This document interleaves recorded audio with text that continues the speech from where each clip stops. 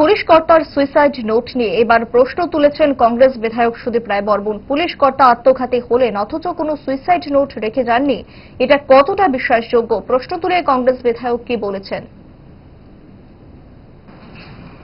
বোধহয় chief minister চাইছে সে জিনিসটা করতে। We do not want it to make it a Congress CPM BJP issue.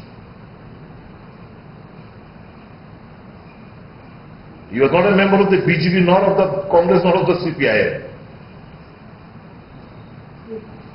One of the topmost efficient, honest officers was found dead.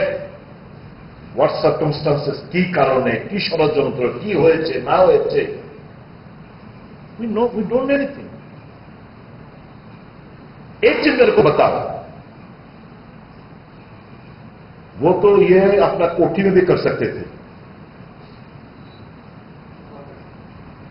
वो अगर उनको हैंगी होना है तो अपना कोठी में भी कर सकते, क्यों नहीं किया? अच्छा, जब मैं करूंगा एक तो सुसाइड नोट होना चाहिए।